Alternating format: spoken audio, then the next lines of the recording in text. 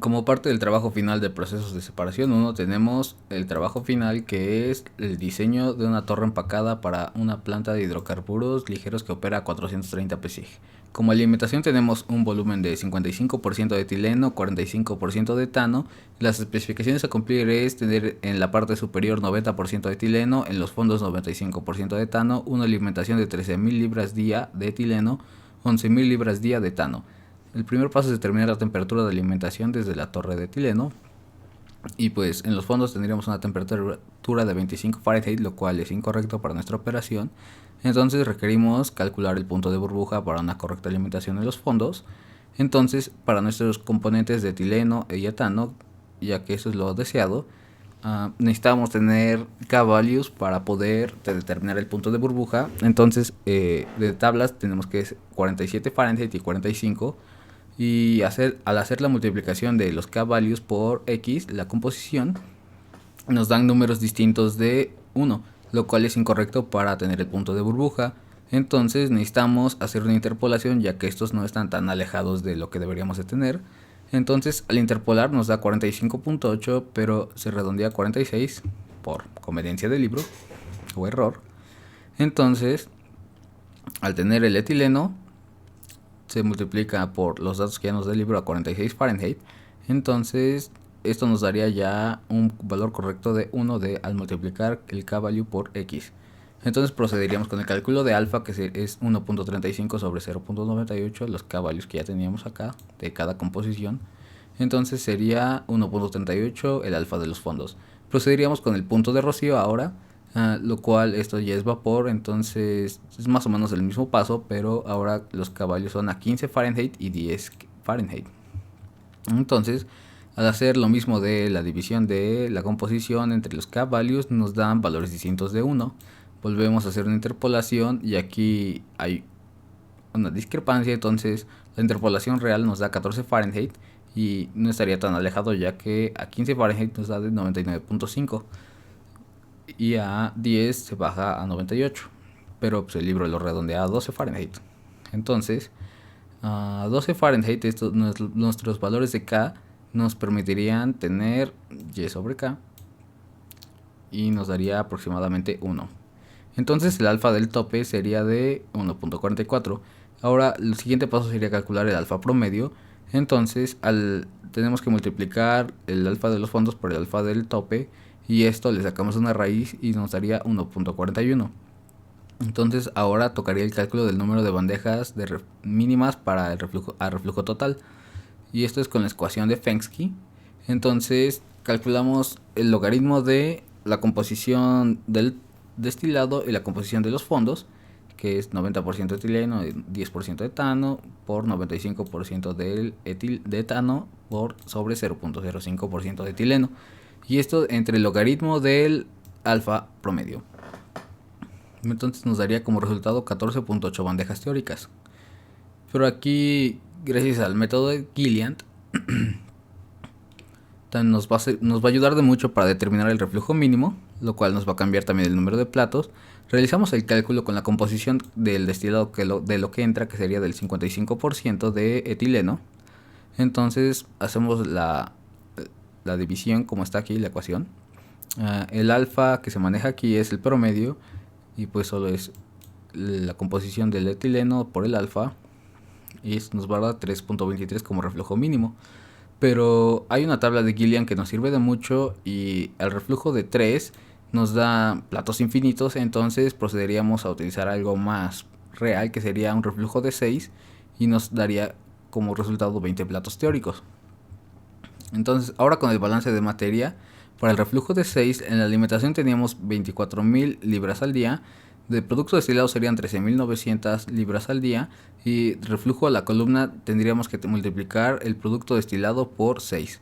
Nos daría 83.400 libras al día, esto al reflujo de 6.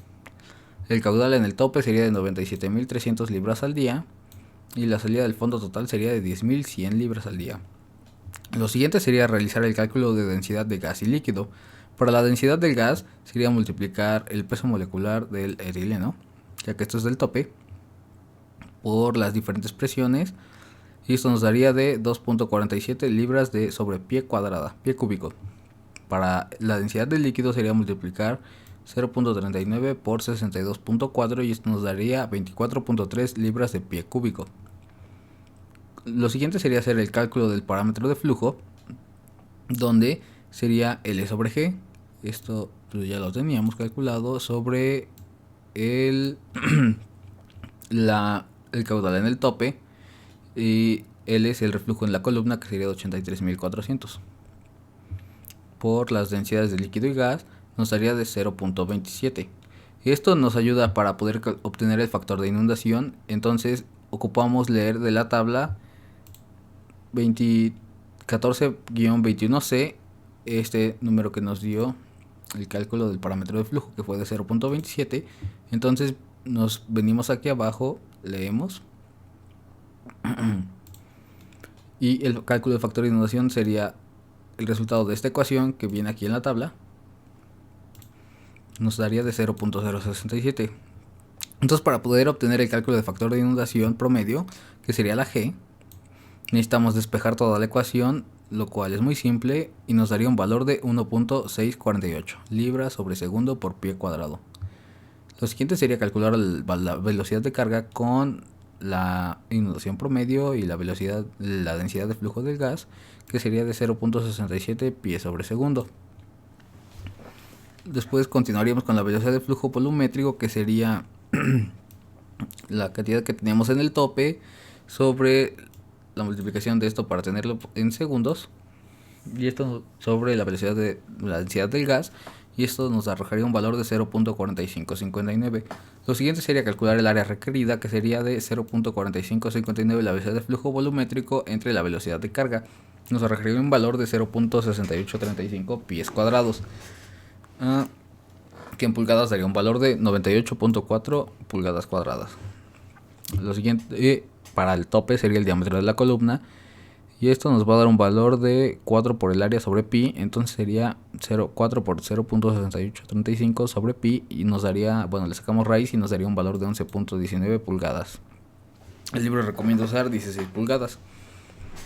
Lo mismo para el fondo de la columna. Bueno, esto no es porque sí, sino hay una recomendación gracias a una tabla de otro capítulo. Ahora, para el fondo de la columna nos dan densidades que pues no ocupamos, y lo mismo volvemos a calcular la densidad del gas, que sería 30 por 445 por 492 entre 359 por 14.7 entre 505, que nos daría 2.47 libras sobre pie cuadrado y cúbico. 2.47 libras sobre pie cúbico. Lo siguiente sería la densidad del líquido, lo cual nos daría una multiplicación de 0.4, que es la composición del etileno, del etano, por 62.4, que es la densidad del gas de etano, y nos daría 25 libras sobre pie cúbico. Continuaríamos con los mismos cálculos del tope, que sería el cálculo del parámetro de flujo, L sobre G. Aquí cambia porque es más lo que tenemos que tener de reflujo. Eso no se ve en el balance molar, pero aquí está, en el balance de masa nos daría un valor de 0.347. Lo siguiente sería el cálculo del factor de inundación, que pues es lo mismo de la tabla. Este valor lo tomamos aquí, que sería en este caso ahora la línea verde. Seguimos las líneas y nos daría un valor de 0.057. Hacemos el despeje normal de la ecuación. Entonces ahora G nos daría un valor de 1.5425 libras sobre segundo por pie cuadrado. Entonces lo siguiente sería la velocidad de carga, nos daría un valor de 0.6245, es lo mismo dividir G entre la densidad del gas. Siguiente sería la velocidad de flujo volumétrico de 97.300, lo que teníamos al tope, sobre la densidad del gas y la conversión de días a segundos. Entonces nos daría 0.4559. Lo siguiente sería el área requerida, que sería de 0.4559, que es la velocidad de flujo volumétrico, entre 0.62, que es la velocidad de carga. Nos daría 0.7299 pies cuadrados o 105.1 pulgadas cuadradas. El diámetro sería lo mismo, multiplicar 4 por el área sobre pi, sacarle raíz, nos daría 0.964 pies cuadrados, que sería equivalente a 11.56 pulgadas. Pero por Mera conveniencia, tenemos que ocupar un diámetro más grande de 16 pulgadas. Lo siguiente sería hacer el cálculo de la altura teórica, ya que técnicamente todos estos pasos es para una torre de platos. Pero al tener una torre empacada simplemente ocupamos la altura equivalente. Para 20 platos la altura equivalente sería de 30 pies, pero al necesitar un extra de empaque por cualquier cosa, tenemos que será de 7.5 pies. El empaque total por lo tanto será de 35.5 pies y pues por conveniencia también se recomienda usar 40 pies para ir sobrados. Lo siguiente sería hacer la rectificación de altura y esto pues es el logaritmo de nn sobre nm. Entonces va a ser igual a 0.206 por el logaritmo de la alimentación en el fondo y en el destilado, que pues ya nos daba al principio, las composiciones de entrada de el etileno, del etano y del etileno, las composiciones que tendríamos en el fondo de etano, de etileno, y en la salida de etano, etileno y etano, elevado al cuadrado. Resolvemos los logaritmos, pero aquí hay algo interesante, ya que tenemos que esto sería igual, este logaritmo de nn sobre nm sería igual al logaritmo sería igual a menos 0.1725. Entonces, para quitar este signo negativo, hacerlo positivo, invertimos esta parte. Entonces ahora sería el logaritmo de nm entre nn y esto sería igual a 0.1725. Eliminamos el logaritmo con una base 10. Nos daría que nm sobre nn sería igual a 1.487. Hacemos nuestro despeje de nm sería igual a 1.487. Sustituimos en lo que ya conocemos de que es nm más nn sería igual a 40 pies. Entonces nos daría como resultado este despeje que nn sería igual a 16.08, pero el libro redondea hace 16.5. El cálculo de nm simplemente sería una resta de 40, que es la altura que ya teníamos, menos 16.08, lo cual nos daría 23.92 pies. Lo siguiente sería realizar el cálculo de caída de presión con estos datos que ya tenemos. Y pues sería de la misma tabla que ya tenemos del cálculo de caída de presión, ahora 0.40 pulgadas de agua por pie. Para nuestro cálculo de caída de presión, delta P, sería multiplicarlo por NN y NM, la suma de estos. Sería 16.2 pulgadas de agua. Lo siguiente sería realizar la evaluación preliminar del condensador, lo cual sería para nuestro tope de 97.300 libras por día. Tenemos esta energía de 115 BTUs por libra que requeriríamos para calentar el condensador, más bien para enfriar el condensador. Tendríamos que tener, bueno, hacemos la multiplicación para el cálculo de Q, nos daría 466.229 BTU sobre hora. Para obtener el área del condensador necesitaríamos asumir un coeficiente global de transferencia de calor que sería U de 100 BTU sobre hora por pie cuadrado por Fahrenheit. Entonces el cálculo de área sería el calor Q que ya habíamos calculado entre U por delta T. Delta T pues es la resta de temperaturas que teníamos. Ahora el área va a ser de 466.229 sobre 100 por 35 y esto nos va a arrojar 133 pies cuadrados de exterior de tubos.